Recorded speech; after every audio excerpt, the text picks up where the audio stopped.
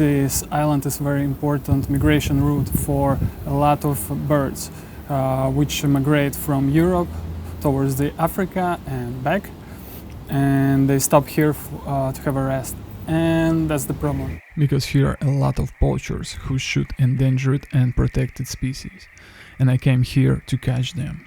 For security reasons, I won't be able to tell you many details about where I'm staying or going, and I also can't show you other people who are here with me.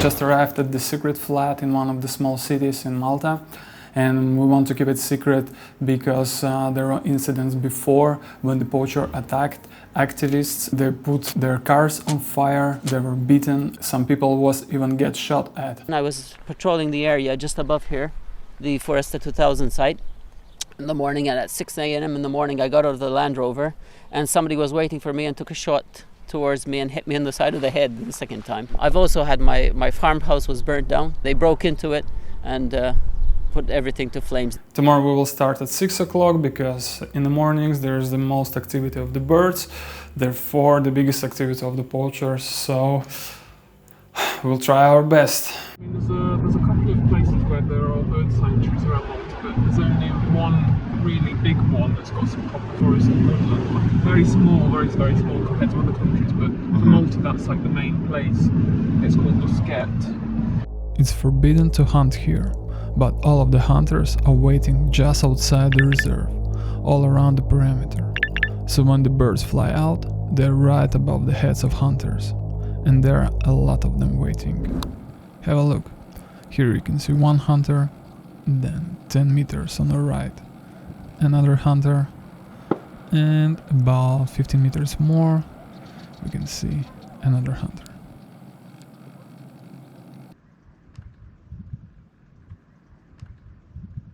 So I can see the hunter there. Yeah, you can see his head. It's oh, there are some other shoots from left. You see him? It's the cross and the building. Just look at the building. And we're in a spot where there are a lot of hunters, so we can see shots from all over the places. And obviously we're looking for the birds. As soon as we see some raptor bird or bird of prey, we start to follow it. All of the large birds and birds of prey are protected. As soon as we see one, we start to film it for as long as possible. And hopefully it won't get shot. If it will, then we'll have video evidence of a crime. And also we will film the poachers. So then it will be possible to report them to police. And also we're locating the hunters. It's not that hard to find them. Usually they're near their cars or we can spot their dogs. Oh wait, they've got something?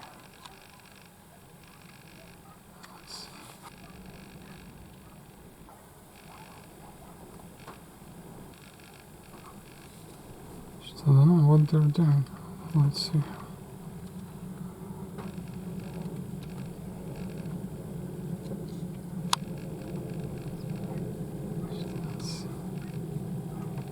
And he took a bird and smashed it onto the ground. Didn't see what kind of bird it is.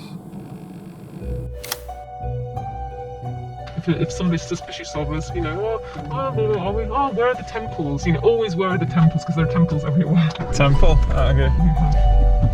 It is just to try and, you know, blend in, try and not be too suspicious.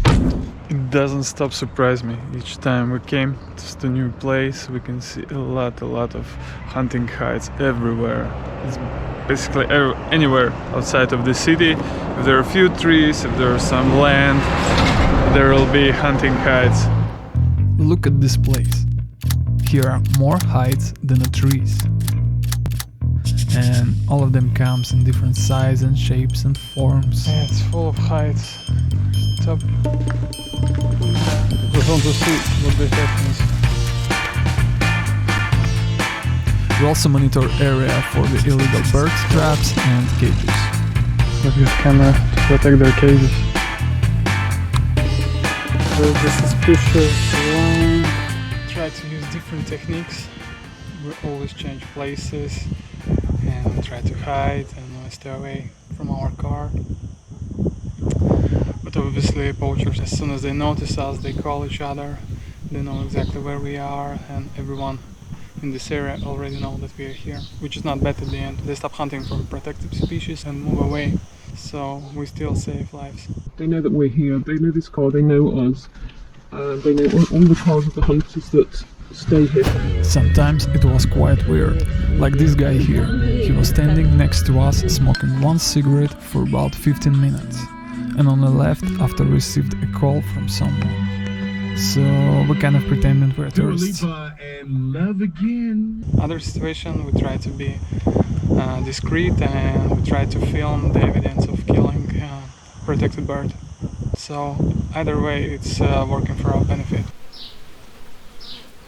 Malta feels like a mini England. Here are baked beans and UK sockets. I found one phone booth and that thing. They have red double-deckers that drive on the left side of the road, and English is official language. The wheel in a car also on the right side. Oh, and speaking about the cars, we have to change cars frequently, so that's what we are doing right now. So the most important for us is different color. Well, also the number plates, but different color, that's our priority.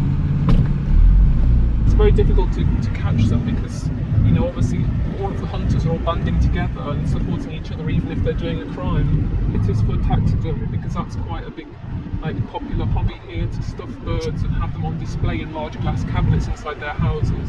They definitely make a lot of money, it's a big business. So that's one of the reasons that they shoot the protected birds. Wow, bee eaters.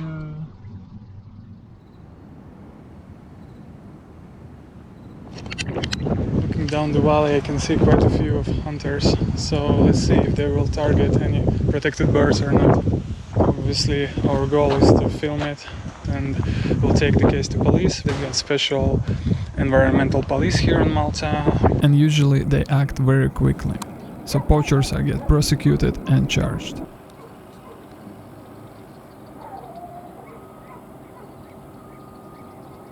We're trying to find poachers in this valley. They use such cans to scare the birds, then they fly away and they shoot them. But it's kind of illegal.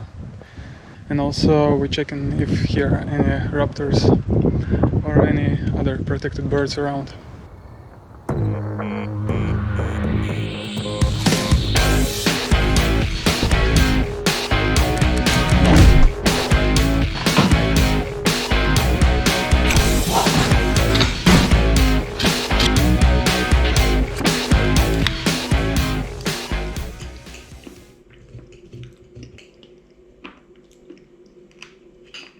Quite good actually, really like a kiwi.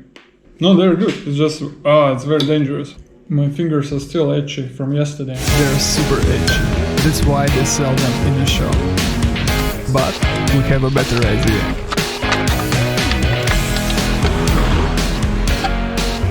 Oh, with a cap. Let's see.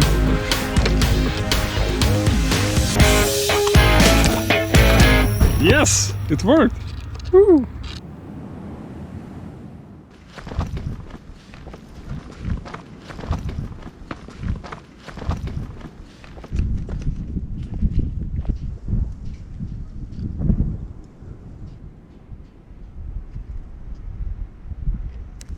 A few days ago, for example, here was a lot of birds, like hundreds and thousands of them, and today it's fairly empty. Wow, they're all around. Oh, the honey buzzards, they're beautiful. It all depends on the migration, because most of the birds on their way from Europe to Africa, they just stop here for one night to have a rest or maybe feed, and they move forward. Can you see what he's shooting? There's a group of hunters right behind me, and obviously, because they're not afraid of us, they hunting legally. In other cases, when they start to act and move, we can know that they're targeting protected species. I'm looking straight at you, but you don't see me. Until I start to move. So, don't move.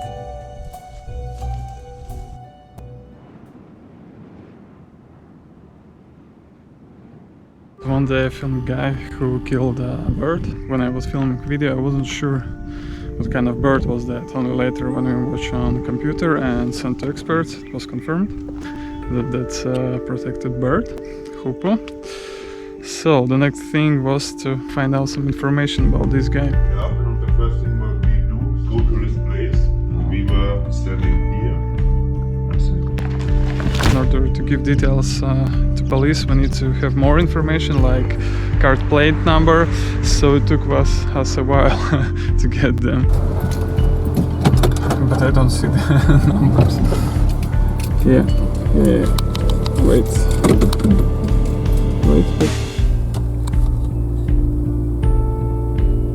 Is this car? No, it's not our car. It was a bit of a challenge, like in the detective we were driving and trying to find this guy. We seen it second time, but without car. Yeah, it's him. What to do now? Just go further so I can film him. Ah, it's okay. Just look at the face of the driver. No, it's not. It's not him. Then it took us a few times. We changed the car ourselves. It's not to be too suspicious, but finally today, yeah, we spotted him and got his plate numbers, and the guy will be prosecuted.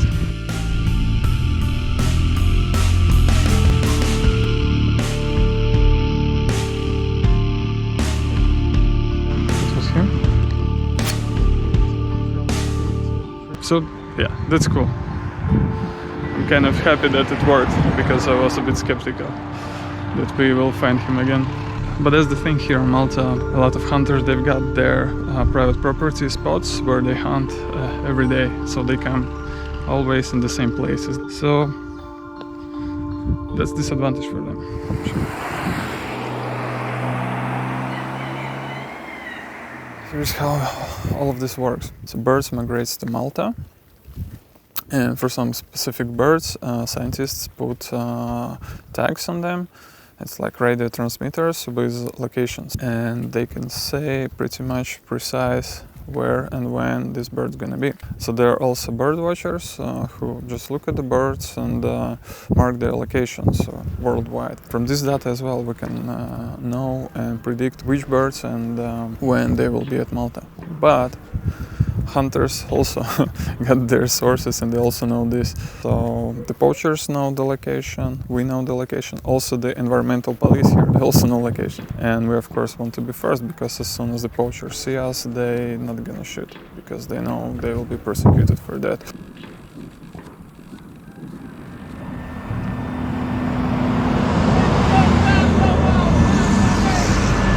Yeah, they shout to us like, "Go home, bastards," or something like that. In overall, my impression that Maltese people don't care that much about the environment.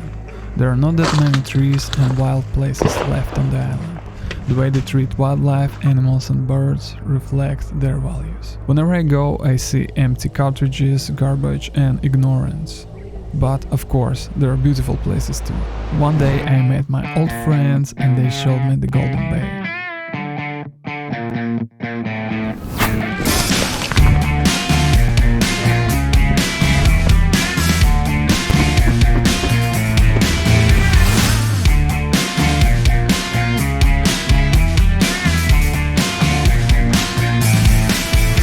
Okay, that's the first place I like on Malta actually.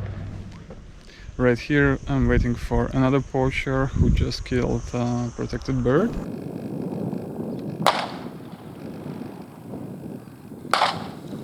And I couldn't really see his plate number. I can see his car, but it's well hidden. Get from here to there is no direct route. You have to go a long way round. So, well, if he'll start to drive, even from this point, we'll get his plate. he probably won't go back to the car if he knows he knows he's done something wrong. He doesn't know if we've got the evidence. So there's the road here. It's just the only road he could take to drive back. So I'm waiting here to film his plate numbers, and then we will report to police. Unfortunately, somehow he escaped. So we'll have to come back another day.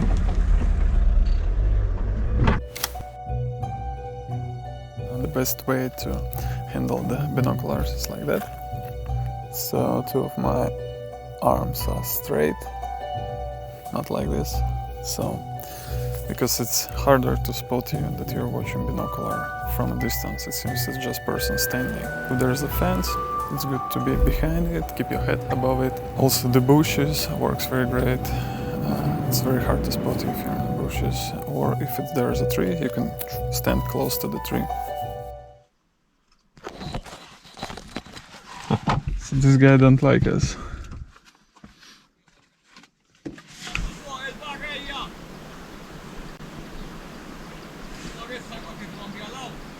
The one thing on Malta here, they're really obsessed about private property. Whenever you go, there is a sign of private property. You can enter. Hunters and poachers, they're very aggressive about it. That's like their main excuse.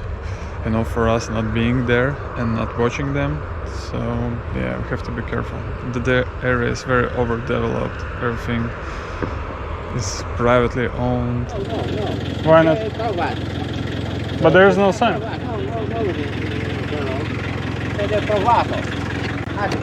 It's very hard to find any public places or parks or something like that, and that makes our job way harder. But also the life of local people. There's no place, you know, to go and have a rest on your free time. In fact, there is one place, the island called Gozo. It's practically the only option for local people to go on their weekends. We went there too, but for another reason. I'm flying the drone, trying to find illegal bird trapping sites. It should be cleared area with a clap net on the ground. When the bird lands, it closes and catches all of them, like here. It's not active at the moment, but the area is clear and is prepared for the hunt. Here's another example.